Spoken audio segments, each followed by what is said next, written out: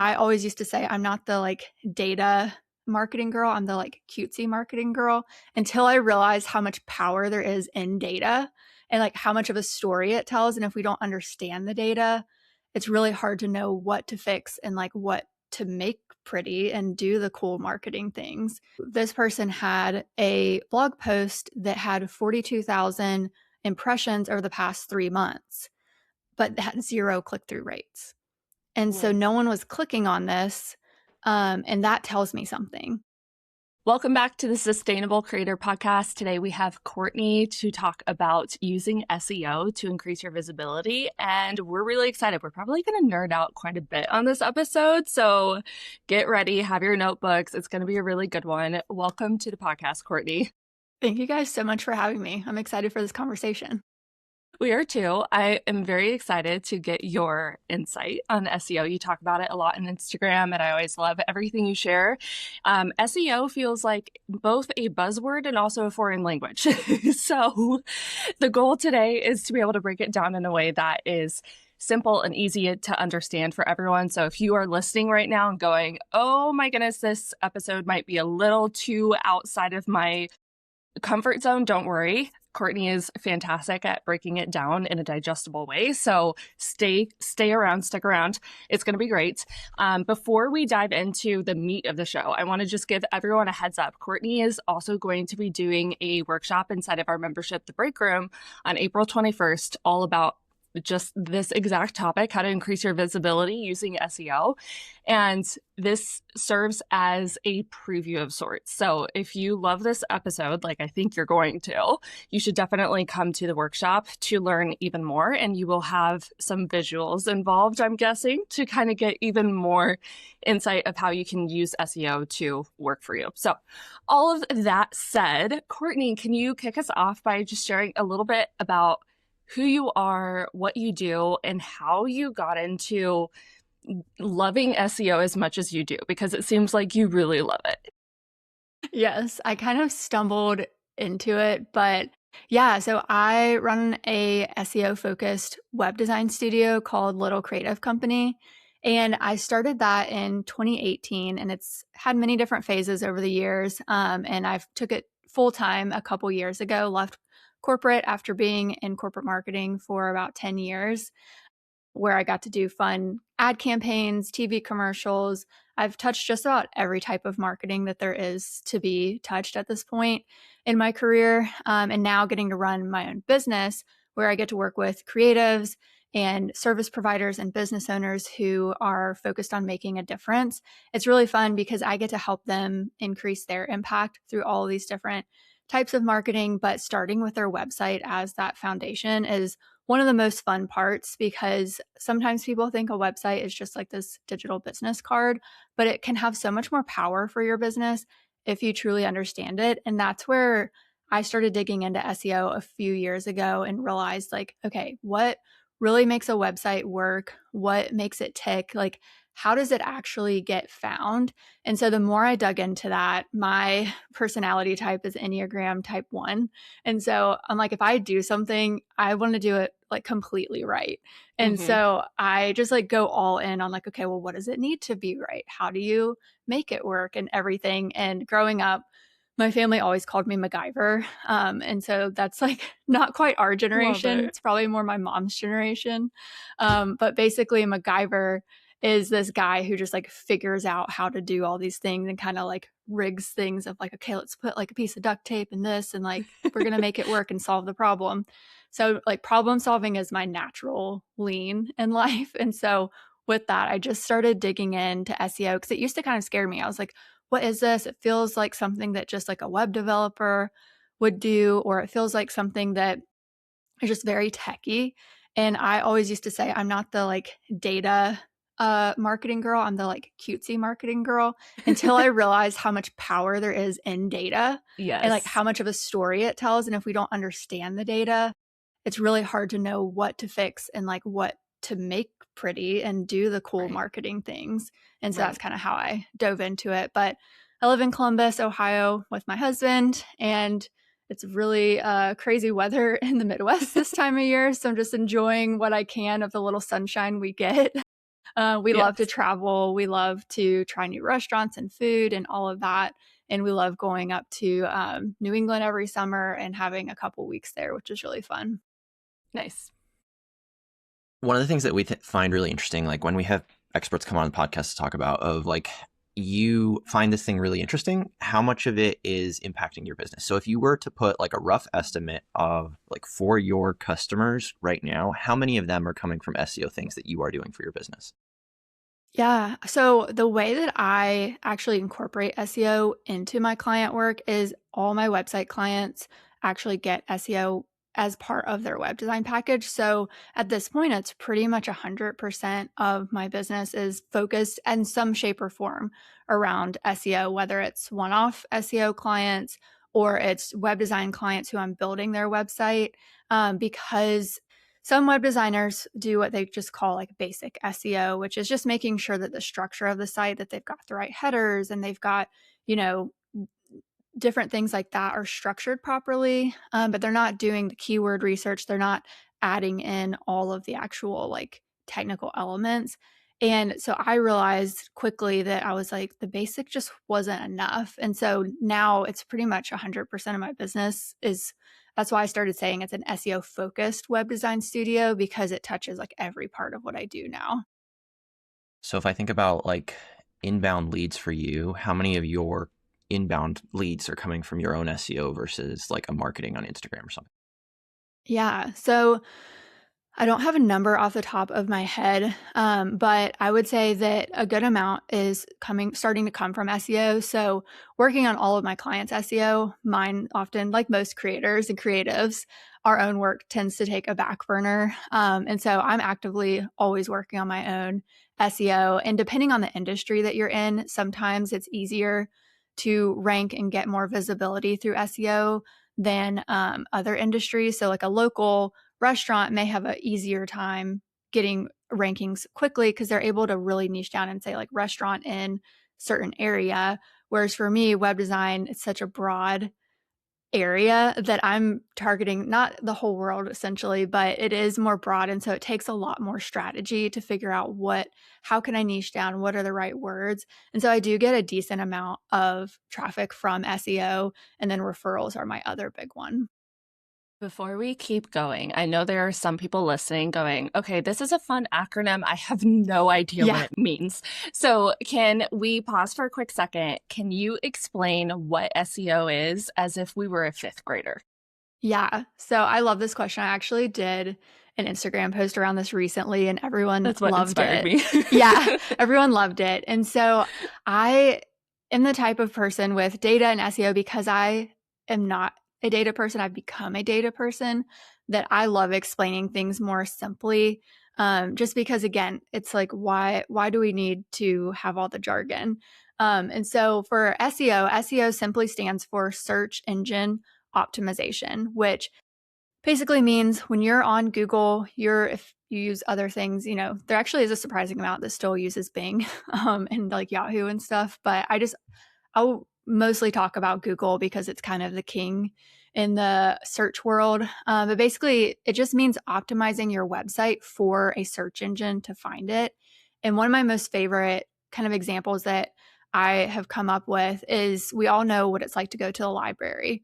If you've ever been to a library, you probably have heard of this thing called the Dewey Decimal System.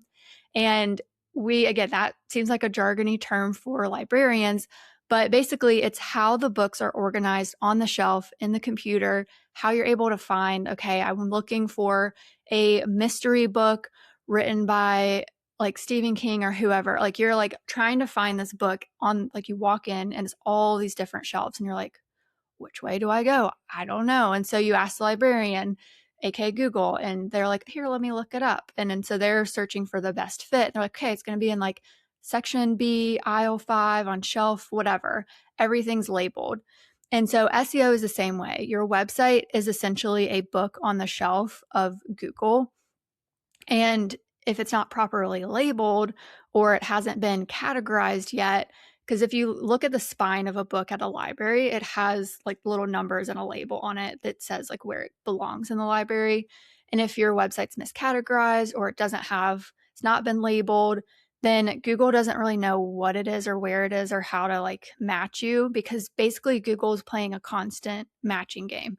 Someone asks a question, it's looking for the best answer, and our hope is that we are the best answer to that question that they're asking. And so that's how I like to simplify it, is thinking of it like a library, and that your website needs to be categorized, aka filed with Google to be found. I love that analogy. I've never would have thought of the parallels between SEO and the Dewey Decimal System, but as a bookworm and library girl, that makes a lot of sense. So I'm a big fan. So I'm just going to keep us on this kind of like train moving forward of like, as we are thinking about definitions here, you've now said the word data a couple times, of using data to many things with SEO. If you could just define, what are the types of data you're thinking about when you think about SEO? Yeah, so I typically am looking at traffic to see what kind of traffic are you getting. And traffic is just basically how many people are visiting your website. And so if you think about when you are at the grocery store, if there are a lot of people at that grocery store, there's a lot of foot traffic is what we call it. And so it's the same thing on our website. If someone's coming to our website, they're clicking, they're landing on our website, that's what we call traffic. I'm also looking at click-through rates. And so there are different percentages, and they don't have to be super high. But for example, like this past week, I was looking at some of my students who are in my SEO Academy. I was looking at their website audits that I did. And one of them had a blog post that I also look at impressions. And so impressions is on Google. Like it's how many times it's viewed on Google, but it doesn't mean someone's clicked and come to your website. It just means that it's been in their like scroll essentially. And so this person had a blog post that had 42,000 impressions over the past 3 months, but had 0 click-through rates. And so no one was clicking on this, and that tells me something. And I'm like, so I see that number. I see, okay, it's got a lot of impressions. That means that it is a relevant topic. But then I look at the topic of the blog and I'm like, okay, why is no one clicking on this? And it turns out they were competing with Squarespace. So the topic of the blog was what is like Squarespace pricing in 2026? Well, most likely people are going to go to Squarespace for that answer instead of a random designer's blog. And so that tells me she needs to shift her topic. Doesn't mean she needs to get rid of the whole blog post, but we need to shift that topic so that the search intent is not competing with like the main blog or the main website that people are going to go to. And that will probably help her click-through rates. So those are some of the numbers that I look at with that. And then I also like to look at just like, you'll notice if you ever go to an analytics dashboard in your web builder, every web builder should have it. You can also see like what percentage of like where your traffic is coming from. So it'll be like so much is direct, which just means people are directly typing in your website URL, or maybe it just doesn't know where to attribute those people in the other buckets. And so it's just automatically putting it in direct, or it might be that it's from search or social media. And sometimes it breaks down, different ones will break down like Instagram versus, Facebook. And then it'll tell you to, just depending on how granular it gets, it can break down all those. So I'm typically looking at that. I want to know where people are clicking. I want to know how many times they're clicking on different buttons. And so I'm just like getting really granular and looking at just everything in that dashboard, and all of that together is what I call the data. Okay, so I have 2 questions. I'm going to start with the first being, is SEO something that can happen quickly, or does it take time to see the results from it? It can happen quickly, but most often we say you start to see real results around 3 months. And then 6 months is really where you start to see that increased traffic after optimizing. And then within 12 months, you start to see that compounding effort of, you could have a blog post from 2 years ago start to pop off if it has a relevant topic that people are searching for, or even if it's not like popular, it's just still relevant. And so it can still get traffic. I was talking with someone about this the other day. Since right now it's tax season, I was trying to look up stuff a few weeks ago before I submitted all my tax stuff. And I was trying to figure out, does something about like my Stripe 1099 because they Mm. changed some of the rules and I Mhm. couldn't find where it was. And so I was searching on Google, of course. And one of my friends who was a bookkeeper, her blog popped up. And so I screenshotted it and sent it to her. I was like, hey, look, your blog popped up for this. This is so cool. And she was like, she's like, oh my gosh, I wrote that like a couple years ago. And so it can take time, but it is possible. Like sometimes you'll see results in 30 days. I had that happen with a client who I optimized her website. I did the full package that I do where my website packages include copywriting and SEO and the design all in one service. And she previously had DIY'd, had used like AI tools with GoDaddy, Arrow, and it just was not working for her. And so I came in, optimized her site, did all the SEO stuff, added a handful of blogs for her right off the bat. And she got 12 warm leads in the first 30 days. Now that won't happen for everyone, but that was just a really great result for her to see a quick win. Yeah. Okay. So that brings me to my next question because it sounds like blogs is a really core part of using the SEO to like be found in Google searches.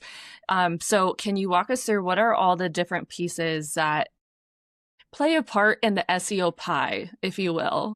Mm-hmm. Yeah. So blogs are a component. I always like to tell people that blogs are not SEO by themselves. So there's different things. I like to think about it if we think about building a house. So your website, if you think about when you build a house, they have to lay a foundation first. Like they do the like digging up the dirt and then they lay this foundation. That is what I call the technical SEO, and it's how your site is structured. It's what they use. Like they look at the blueprint, then they lay this foundation so it matches that, so that they have the like framing correctly before they start putting up the frames and all the walls.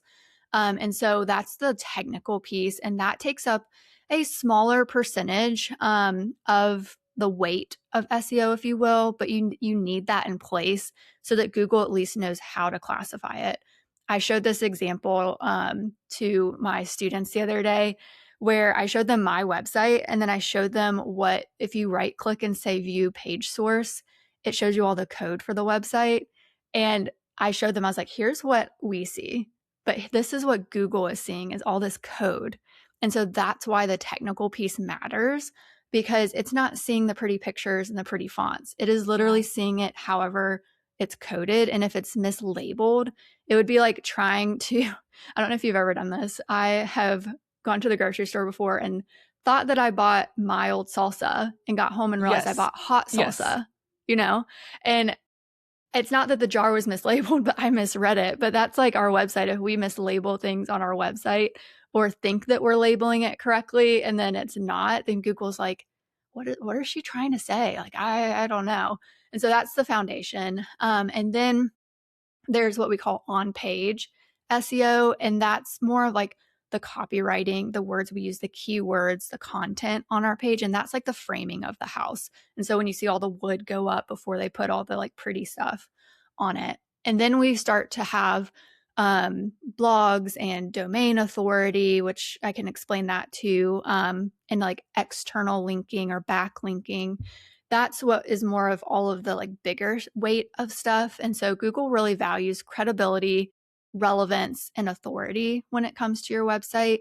And so it doesn't want to recommend spammy sites or sites that are very what we call thin, like they don't have a lot of content.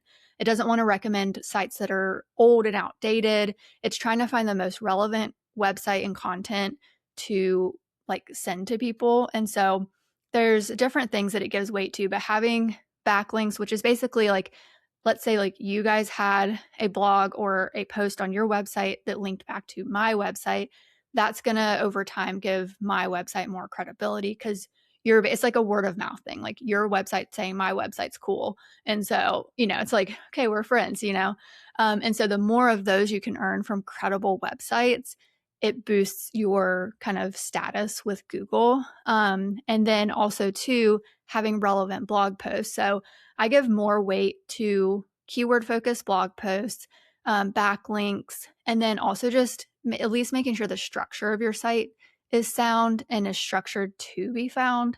But I don't worry so much on like having every little single thing perfect. I just want to make sure I at least got the like foundation right. Mm-hmm. I think it's interesting, like as you're kind of like talking through this, like it makes me think of like a lot of people think that SEO is just dealing with some big corporate overlord that's Google. And I think it's interesting kind of like flipping it on its head of like Google's running a business and Mm-hmm. Google wants to keep their customers. So Google's business incentive is to give you good results when you search for something. And if I put this like literal, like in real life, like if you asked a friend to help you with something, if they gave you terrible suggestions, you would stop asking them for help and you'd start asking someone else. And Yes. so if that friend wants you to keep asking, it's in their best interest to give you good answers. And so Google's own incentives is like, I need to give my customers good websites, otherwise they won't come back to me. And that's a real problem they're dealing with right now. And we're going to talk about that in a little bit. But like part of that is just like Google doesn't have eyes. And so you kind of have to Mm-hmm. tell them what's on your website. And yes, they're starting to have eyes with AI, and we're not going to talk about that. But it's like the whole like labeling things is really interesting, of starting to be like, oh, this is actually what my website is. Like the alt text on these images matters. We're Mm-hmm. just not going to keyword stuff this. Like we actually have to describe the image because Google Mm-hmm. cares about that Yeah, and things like that. exactly. Yeah, that's exactly right. Yeah, it basically, its job is to give the best result to the people, because otherwise, like you're right, they're either going to go to a different search engine or they're just going to like not search altogether. And Google wants to stay in business just like we do. And so we also want to be relevant. That's our goal as business owners, right? Like we want to be helpful and relevant. And so I think so often we just kind of pass off our website of like, oh, it's just that thing that I'll send people to if they ask me about my rates, but we don't realize how much power it has, that like if we can be relevant and answer those questions, that traffic could come to us instead of our competitor, or instead of going to just some random like Reddit thread. Like what if we were there to answer it? And then it's like, oh, that's a whole new customer base we didn't know we could even tap into. Yeah. I think the interesting follow-up question that I have is like, if we listen to your like personal story, like you used to not care about data, like you wanted things to be pretty, and now you care a lot about data and SEO. And I think the interesting like two sides of this is like you can care about optimizing, or you can care about like good copy or like making it pretty and things like that. And how do you think about that interplay? Like, does having good copy actually matter anymore, or is it all about just getting traffic? It definitely matters. And so that's why I focus on all of them when I build sites. And you can get this done, by going to multiple service providers. I just happen to have the skill of design and copywriting. But the reason that copywriting still matters is because when we're talking about that relevance factor, you want the traffic, but if traffic comes to your site and then the words that are on there are boring, or it's not written in a way that connects with them, you're going to not have that traffic convert, which just means like when we talk about conversion on a website, it could be multiple things. It could be that they book a call with you if that's your call to action. It could be that they sign up for your email list if that's what you want them to do, buy a product, whatever action you hope they take from your website, that's a conversion. And so the copywriting is what actually convinces them and speaks to them in a way that makes them take an action. And so we want our SEO to be relevant because we're trying to get traffic in the first place. And it's the same thing with running ads. So if you run an ad to a website that is boring or old or outdated or doesn't answer the question that the ad promised it would answer, they're going to bounce. And there's something in data called bounce rates. And for some websites, it will be higher naturally just because some certain websites aren't meant to retain a lot of people. But like a blog post, like you want that bounce rate to be lower, meaning it literally is what it sounds like. They come and they bounce, or they come and they stay. And so that bounce rate's lower. So we don't want people bouncing away from our websites. We want them staying. But that's why copywriting is so important, is because the SEO gets them to your website and says, hey, this is a relevant website to come to. We get that traffic. They get on your website. That's where the design and the copywriting come into play, because we want a good user experience that's easy for them to follow. Like we don't want to overload them with all these different buttons and options and navigation. And we don't want them to like be poking around our website like, where in the world are their services? Like, I just want to know, what do they do? And we're like trying to explain our whole life story. But then the copywriting is what convinces them. So it all really does work together. I am curious, what are some common reasons why someone would bounce off of a website? Sometimes it is misalignment with what they thought the search was. So let's say, like, if I'm looking for a web designer and I'm looking for a specific style, let's say I want more of an editorial look and feel, or maybe I want specifically like a show it site, but I want it to look a certain way. If I'm looking for web designers and I kind of have that category, I land on their website and I quickly realize the vibe is just not it. It's not what I'm looking for. Maybe we don't align values wise, or maybe we don't align style wise, or maybe their website took too long to load. And I got frustrated, so I clicked away. And sometimes it's that. Sometimes it is almost like not a bait and switch, but it's like maybe we had a blog post title that sounded great, but then the content didn't deliver. And so someone starts to read it and they're like, wait a second, this is not what I thought it was. Mm-hmm. Goodbye. And then sometimes bounce rates are simply just our human distraction. I have so many tabs open on my computer and phone a lot of the times, mostly my phone, because the way my brain works is I like save them for later. I'm like, I want to open this right now. But then I'm like, I know I'm going to come back to this later. And then I forget to close them. And so my phone is notorious for all those. And so that can be a bounce rate too, where like you open a tab and immediately leave for either distraction reasons or because you want to come back to it later. So there's different reasons, but a lot of times it's just a misalignment between what someone thought they were clicking on and when they got there. Or maybe they just got the information they needed very quickly and they just didn't need to spend a ton of time on your site. And so that can attribute to it too. That's interesting. I think if I kind of like push this question just a little bit further, since we're already going down this rabbit hole of like, if we're talking about bounce rate, like what are some of the most common mistakes you see people making when it comes to how they're thinking about the SEO on their website? I think a lot of people think that there's a couple of things. I think they think that different keywords are the right word because they're just guessing. And so they might call something one thing, but their audience isn't actually using that terminology. And so sometimes we as industry people, we will call it one thing, but we have to remember that most people are reading websites at a 6th grade reading level. And so we want to think, okay, what are the terms that they are actually using?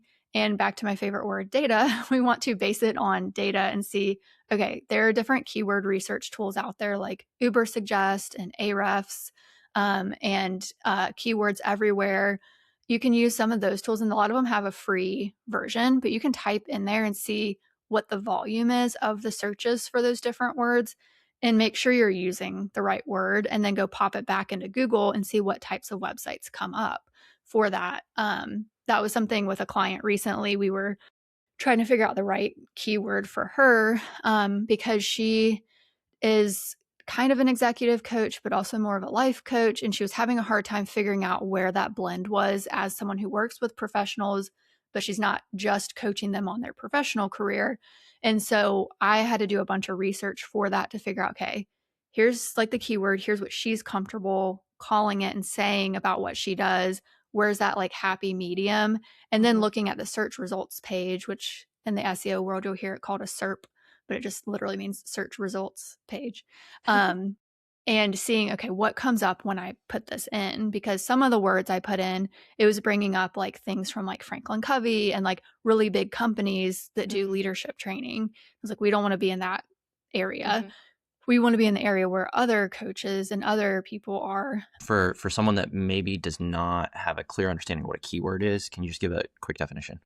Yeah. So a keyword is just literally the words that people are putting into their Google search. So if you are looking for a new MacBook, you're like MacBook would be a keyword.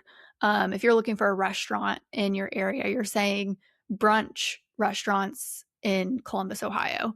Those are the keywords. So it's just a fancy way of saying the words you put in Google. Yeah. That's great. When you are looking at, let's say, keywords everywhere for these keywords to use on a website, because we've had conversations with other web designers, I have a very like small familiarity with how there are different metrics that you're looking at when these keyword options pull up. Can you briefly walk us through what you are looking for with the amount of traffic that a particular keyword would be getting? And is there a range you want to stay within that's more optimal?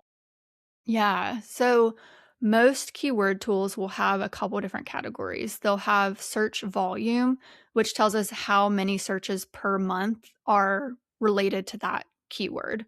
And then we also have search difficulty, and that means how hard is it to rank for that keyword. And by ranking, I just mean where you show up on Google. So most people don't go past page 1 or 2 of Google unless they're just really gung ho on like figuring out what, like they can't find the answer to what they're looking for. They might keep going, but most people stop after page 2. And so our goal is to stay on that page 1 or 2 range, ideally page 1. And the difficulty is related to that. Like, how difficult is it to get on page 1 for that keyword? And so there's different ranges, and most of the keyword tools have like a color, kind of like green, red, and yellow. Red meaning the most difficult, and they have a number with it too, but sometimes just visually you're like, okay, if it's red, that means it's gonna be real hard to rank for that keyword. And usually that's probably like 65 and above in the range. Like it's 65% hard, or I don't know if it's a percentage, but like number 65 and up is going to be real hard to rank. If it's lower, if it's like in the 50s, if it's in the 40s, that's more moderate. So it means it's a competitive keyword. A lot of people are trying to rank for that keyword, but you still have a moderate chance of ranking.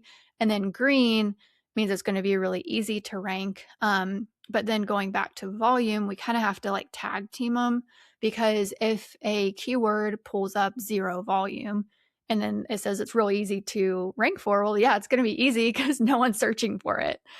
True. So on the flip side, we want something that has a decent volume, and not every keyword is going to have like thousands of volume going to that keyword. So you kind of have to determine for your market what is the appropriate volume. And it's a little bit of like an ebb and flow of figuring out, okay, like, does it have at least 100 like people a month going, if it's a smaller area, things like that. And so there's not like a perfect number for volume, but you kind of just have to judge based on your area, what you're trying to rank for, and those different numbers together, how that kind of works for you. Yes. I think that's great. It reminds me of hashtags, which I'm not even sure how much those matter anymore, but very similar in the sense that when hashtags were very much recommended, you wanted a mix of things, but you also wanted it to stay in that happy medium to reach the people you wanted to reach. So I know we got like kind of sidetracked on keywords. You had a second common mistake you were going to take us on. Yeah. So related to keywords, with the other mistake I see is writing blogs that aren't keyword focused. And it doesn't mean every blog has to have like, doesn't mean we're keyword stuffing. And by keyword stuffing, it's kind of like, if you remember, most of us remember like on Instagram, be like, oh, you could do 30 hashtags. That's kind of like hashtag stuffing, if you will. But keyword stuffing basically means that you're just wherever you can, it's like keyword here, all these keywords. Or the worst is just a clump of keywords. And that's a big no-no with Google. They will, if they kind of figure out that you're doing that, it'll flag you as spammy, and it'll start to kind of blacklist your website a little bit. But with blogs, we want to make sure, again, thinking always, we're trying to connect with humans. Google's trying to help us connect with humans. We want to be relevant and helpful to them. Therefore, we want to make sure our blogs are tailored in a way that's what they're actually putting into Google. And so that means you guys have heard me say this, but I have this motto of like clear over clever. And Yes. so we want to be clever when we can, if that's relevant. But if it's always a clever title, but it's not one someone's putting in Google, and you're sitting there being like, man, I've been writing all these blog posts and no one ever reads them. It's like, well, you're not using words that your audience is using. And that's why I always preach like knowing your audience so that you can write blogs for them. But that's the other common mistake, is blogs that are cutesy or clever, but they don't have any keywords or they don't have a relevant title. That was something I saw with someone recently in my academy, is that they had a bunch of blog posts. They've been doing great at putting blog posts out this year, but none of them are getting traffic because none of the titles are optimized or like the post. I think it's interesting, not necessarily SEO, but like in messaging, one of the things that we'll oftentimes talk about with our coaching clients is simple sells, complex makes you sound smart. And like oftentimes it's like, I want to sound smart to my peers, but your peers aren't paying you. It's like your customers that want the simple like answer to their question that is actually going to convert them into someone that's a paying customer.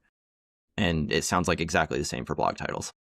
Yeah, exactly. If you are like trying to sound super smart and you want your blog post to sound like something, like, again, it's knowing your audience. Like if you're trying to write a LinkedIn post, by all means, go for it. But we're most likely not writing for a LinkedIn audience on our blog, unless that's just your audience. I think it's interesting, and I kind of alluded to this a little bit earlier, is like search volume, if you look at the trends, is actually going down a little bit right now as AI chats are slowly replacing some of that. Of people are now starting their search journey either in a chatbot or TikTok at this point. And as you think about like the transition away from search starts at Google, how does that affect how you think about SEO for a website? Yeah. So even though we are seeing that shift with AI summaries and also with just ChatGPT in general, we're calling that AEO, AI engine optimization, because we have to have an acronym for everything. And so basically like SEO still is relevant, even though like we'll still call it SEO, but just optimizing your website for relevancy. The way that these AI platforms are pulling this information is still from Google and most of these platforms. Like it's still pulling it from the widespread internet. And so I always like to tell people, like, your website still needs to be optimized just like it would for organic search on Google. But where the AI piece comes into play is more heavily with your blogs, most likely, and making sure that you have blogs that are answering similar questions. Like think about, what is someone putting in ChatGPT or Claude or any of these tools, and making sure that you're answering that in the way that it would answer it, and not like the way it would answer, but like, congregating that information is what I'm trying to say, so that it can recommend you or pull from you and cite you as a source and hopefully get a click through. But the thing with the AI summaries that's tricky is we are seeing what we call like a 0 click-through rate for that, which is tough because it's like if the summary answers the question, then they may not click through. So it's trying to find that balance of being helpful, but also making sure that something's enticing them to click. But you can also get recommended too, just in general, by showing that you're, like, as a service provider, making sure that what you are offering is relevant to what they are searching. So if they're searching for your service in a certain way, sometimes we love to title our services really cute names, but making sure that we also title it something somewhere on that page that says what it is, because I'm probably not going to type in Google like the Grow Plan or whatever, but I might type in Google like one-on-one coaching services or something, something like that. And so making sure you have that so that ChatGPT and others can be like, hey, I recommend this person based on what you were saying. So that's kind of how they kind of work together. It is fascinating how everything that you're talking about is simply a way to work smarter, not harder. And to someone who is not at your level of understanding SEO and this is all new to them, it can feel very overwhelming. But part of the beauty of having these conversations is what we'll get to next is like, we're going to give you guys some like action steps that you can take, but you also have people in your corner now that you can reach out to, ask questions, or even outsource this to someone like Courtney to do it for you. So just know that's always at your disposal. But I find it fascinating how the entire theme of this is working smarter, not harder, because I know you and us have talked about before that something that you care a lot about is the reason SEO is so important is that is how people find you. You don't have to go out and continually find them through pushing out a ton of content or whatever the method is. It's a way of being able to bring in that traffic for you. And that's just the beauty of it. Yeah. Well, and like even social media is kind Right. of search engines now in a sense. And when I say Yes. search, I mean, it does populate in Google now. Like you'll see Facebook things and Instagram things in Google, but even beyond that, you mentioned TikTok, Lyndon, and like TikTok is kind of a search engine at this point in a sense. Like it's also still social media, but people use it like a search engine. And so we need to make sure that even in our captions and stuff, that the way we write our captions are using those keywords we talked about of like writing in the way. And all of this circles back to making sure that you write things in a way that that's what your audience is actually searching for, whether it's on TikTok, Google, Pinterest, any number of platforms. Like be relevant to them and use their language instead of trying to sound like super smart and like all these things. Say what they're saying so they can actually find you on any platform. Yep. So good. One of the ways that we like to start wrapping up a lot of these conversations is on my first day when I started in corporate, they were like, here's all the things you need to know. This is overwhelming. And for someone listening to this conversation, a lot of this might be overwhelming. Mm-hmm. And so my first day in corporate, they were like, here's your first 100-day plan. We're going to give you like a couple milestones that we expect you to like slowly onboard into new things. These are the actions we think you should be taking that should get you up to speed in your new job as quick as possible. And we're going to be tracking these metrics to make sure you're making progress along the way. If you were to create that type of framework for someone starting with SEO day one today, what are the milestones you would advise them to shoot for? What are the actions they should be taking and the metrics that they should be tracking to make sure they're making progress? So the first thing I would say is don't feel like you have to fix everything at once because SEO is an ongoing thing. That's also why it takes, 3 months to 6 to 12 months to rank for different things. So I would say like the very first thing I would start with is doing a little exercise to get to know your audience and figure out what are the keywords they're using and do this on your like Instagram story or wherever your audience is. Like if you have a way of getting feedback from them, just ask them, like, if you were searching for me on Google, what would you type in? Not my brand name, not my name. Like what other words would you use to find me if you were looking for me?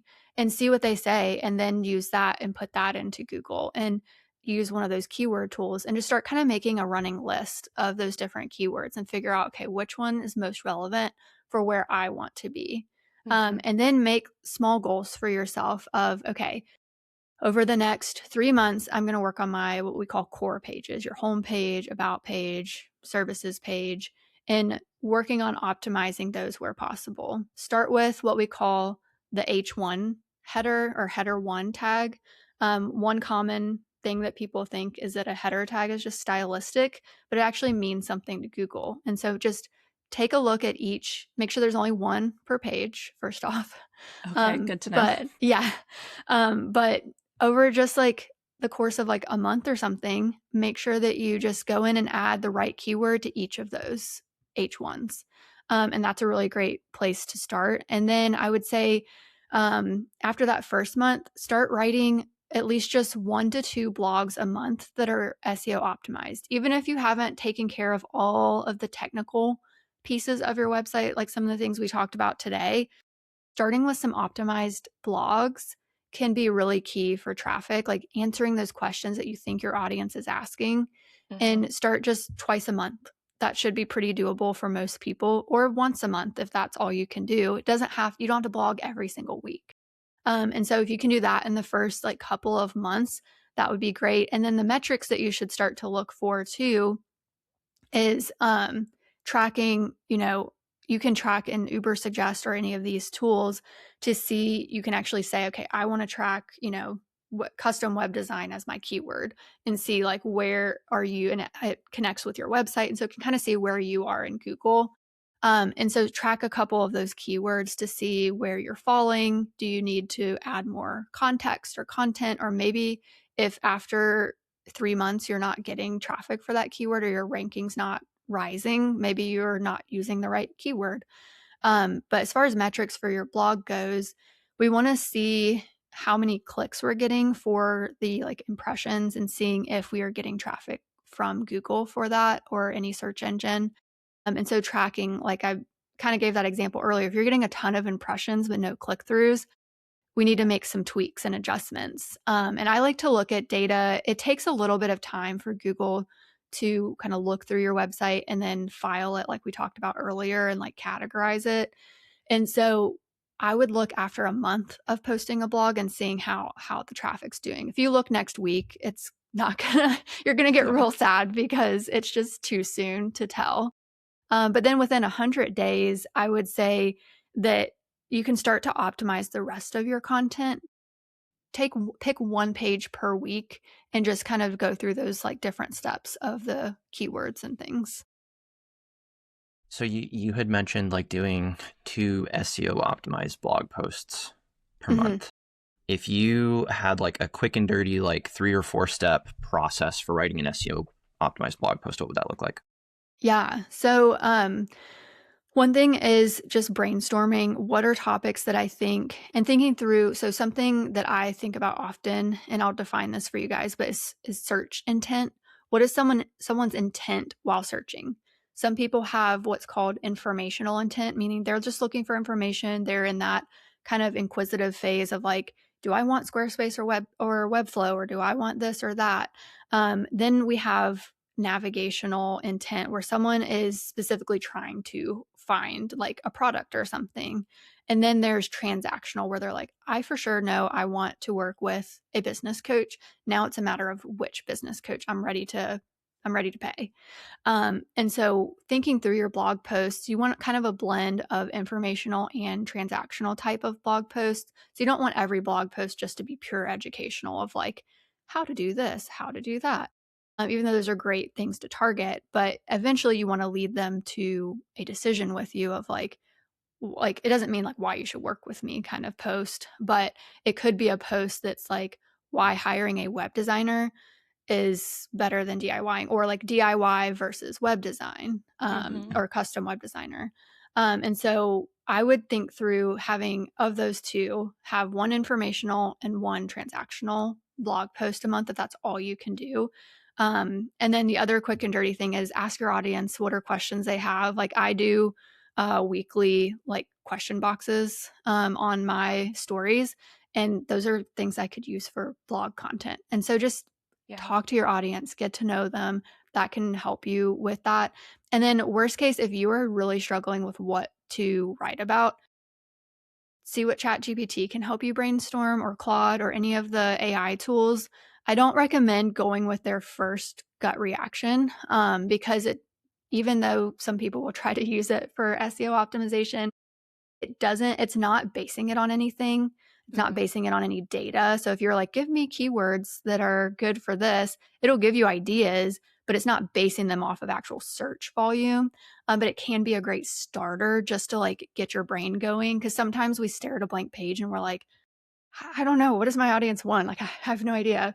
And so it just can be a good starter. And then from there, just write what you know about it. And then, if you need to do some research and pull that in. And my last tip for blogs is make sure that you are linking back at the end of each, like we call it internal linking, but plug yourself at the end of each blog post. Either plug another blog post or a service or both. But don't let that blog post go to waste without a call to action. Be like, hey, if you like this post, you might, because our goal is to get them to stay on our website as long as possible. And so you want to like either be like, hey, if you liked this, you might also like this blog post. Oh, and if you're looking for web design, like here's my services page, and so don't let it go to waste. That was such a brilliant breakdown. It felt very doable. And I appreciate how you shared that you don't need to do a blog a week if that, to start. Maybe you work up to that, but as someone who would just be getting started with, making our website more searchable, as someone listening, that sounds very doable. So I'm going to plug your workshop once again for anyone who's been listening to this and saying, okay, now I have more questions. I will tell all of you right up front, one, you can always message Courtney. You are fantastic at answering questions and the question boxes on your stories. I love seeing those every week. So do you want to share your Instagram handle real quick for anyone who wants to go that route? Yeah, you're always welcome to DM me. You can follow me on Instagram at Little Creative Company, and I would love to hang out in my DMs with you.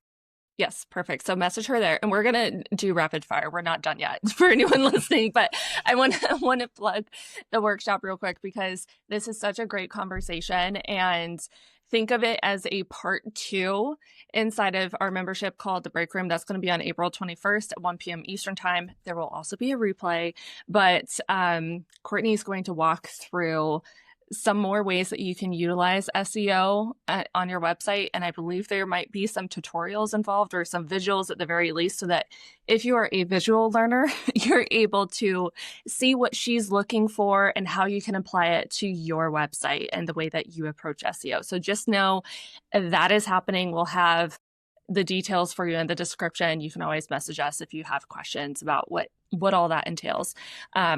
But like I said, we still have rapid fire left. So I'm actually going to throw in a spinoff of the first one. So typically the first one is, what is a routine that you can't live without? Let's start there. And then I'm going to give a spinoff version of it for SEO. Perfect. I would say a routine I can't live without right now is I'm really loving, I got a Breville Barista Express in the fall. And so I've been loving like getting into like figuring out how to make a latte and like figuring out latte art. It's kind of been my fun creative outlet outside of my creative job. And so that's like just fun in the morning because it takes a little bit of time to like put the beans in and do the different stuff. And so it's kind of cathartic at this point where I do that. I get my latte, I go and sit down and do like my morning time and all of that before I start work. And the mornings that I do actually take the time to do that, I feel like the rest of my day just goes so much better when I have that time in the morning to like do the things I do in the morning and like make my cute little latte. It just sets the tone instead of like rushing into the day. So I love doing that. Have you gotten the fun cinnamon stencils yet? No, I need to try those. I always see those and think they are so fun. Yeah, I know. Yeah. They do look fun. I do love some cinnamon in my lattes, though. Yeah, me too. I have to have it every morning. So the spin-off version of that question is, when you think of SEO, do you have any SEO habits or routines that you do? Yeah, so I probably look at my data. I look at it often, but at least twice a month at the beginning of the month to see kind of where I'm starting for the month, at the end of the month to see how things are going. And especially too, if I have like a launch or something, like I'm always looking at my traffic and numbers and click-throughs and all of that. But if I am posting blogs, I like to check at the end of the month to see like if I posted it towards the beginning, like, okay, how's this one doing? Because that'll tell me what I need to optimize the next month. Because SEO, even though it compounds over time and it's not like a one and done thing, it's just like little things like that. And basically it's just continually just optimizing like, okay, this one's getting good click-throughs. We'll leave that one be. Okay, this one, maybe not so much. Let's like tweak the title or something. So those are the things that I have a routine for SEO on. I love it. When you think about like, it's very easy to get stuck in your business and not think about anything else. What's something that's bringing you joy right now? I think for me right now, I just got the Osmo Pocket 3 and just like letting myself have fun with content. And so I haven't played with it yet. Here. Yeah, mine's like sitting here. It's halfway put together. I got a little like case for it. They're Ooh, amazing. Yeah. It's like a silicone case, but just like allowing myself to have fun creatively, because as a creative, and any creative service provider probably feels this, like if you only focus on like the mundane, like, okay, I do this task, like you get so used to it that I feel like sometimes it blocks us creatively. And so I think if you can find other creative routines and things like that, or just like allow yourself to have fun with content instead of always feeling like it's in sales mode. It can just help you break out of that box of like putting pressure on yourself and just be like, oh, this is fun. And I've found whenever I do just have fun with content or like trying new things with that, it performs so much better than like when I'm putting all this pressure on like a sales driven post. Yeah. I think there's an interesting evolution to a creative entrepreneur. Like early on, it's every good idea has to be a business thing, and you turn every creative hobby into a money generating thing, and you slowly burn out on that hobby. Mm-hmm. And then the evolution is you start to be like, oh no, this is just creative and I cannot make this a business thing. And those are the things that do the best. And then you go through the cycle of then it becomes a business thing and you hate it again. Yeah. Which fascinating cycle for creative entrepreneurs. Yeah, that is the like problem with being an entrepreneur. I was like talking to a friend recently and she was telling me about a problem she was having at work. And I was like, I could turn that into a business of like helping people fix that. And I was like, stop, Courtney. Like you've got enough on your plate. Yeah, that's real. Yeah, or you're like us and try and convince people that aren't entrepreneurs to start a business for no reason. Yeah, I do that all the time. I actually did recently kind of convince my best friend to start her like business and have a bunch of different things for that. So kind of last question that we have for you is, who are you learning from right now? I am learning a lot from you guys and in the break room. And I'll just quickly plug the break room for you guys. I honestly love the peer masterminds on Fridays because I learned so much just by being in a room with other creative service providers and just working like as a solopreneur, like by yourself. You can get in your head a lot. And so like being able to ask questions is so great. But other people I'm learning from is just like different books and like podcasts. So I've been enjoying reading different like sales books recently. I got a book. I think I've got it right here. Actually, I haven't started it yet, but I'm excited to read it. It's about like the marketing at Chick-fil-A, and it's called Covert Cows. I'm and writing that down. That sounds Steve so Robinson. Yeah, he used to be the CMO at Chick-fil-A, and the book's kind of about like how the like marketing became so iconic at Chick-fil-A. So I'm just about to dig into that, but I'm really excited. The like title intrigued me. And then I'm trying to think other podcasts. I've been listening to a lot of podcasts on podcasting lately because I have like a separate personal brand. And so that's been fun to just like dig more into that world. Yeah, I love it. Okay, so does that mean that you have a podcast or are bringing a podcast forward? I do for my personal brand. It's like a Christian leadership podcast called the Trailblazer Talks, but I am working on launching a YouTube channel for my business. That'll probably be like a month later in the works because just trying to get through the projects I have on my plate right now. That's also why I bought the little camera, just to make it easier to YouTube and not like make it like a whole thing of like got to set all this stuff up. It's like I can just pop that little thing up and hit go. Easy peasy. Let's go. Yeah. I love it. All right. Well, we have one final question that we ask all of our guests, and that is, do you have any questions you want to ask us?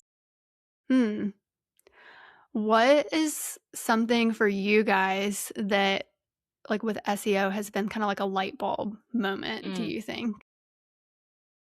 I'm going to let Lyndon answer this one because he's been more in the weeds on SEO with our web developer.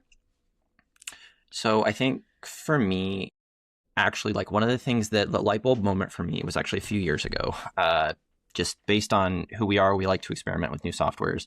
And I remember like early days when StanStore was just coming out, like we hopped on board pretty early and I wrote a blog post about it. And then I didn't really think about it until we started getting like affiliate signups.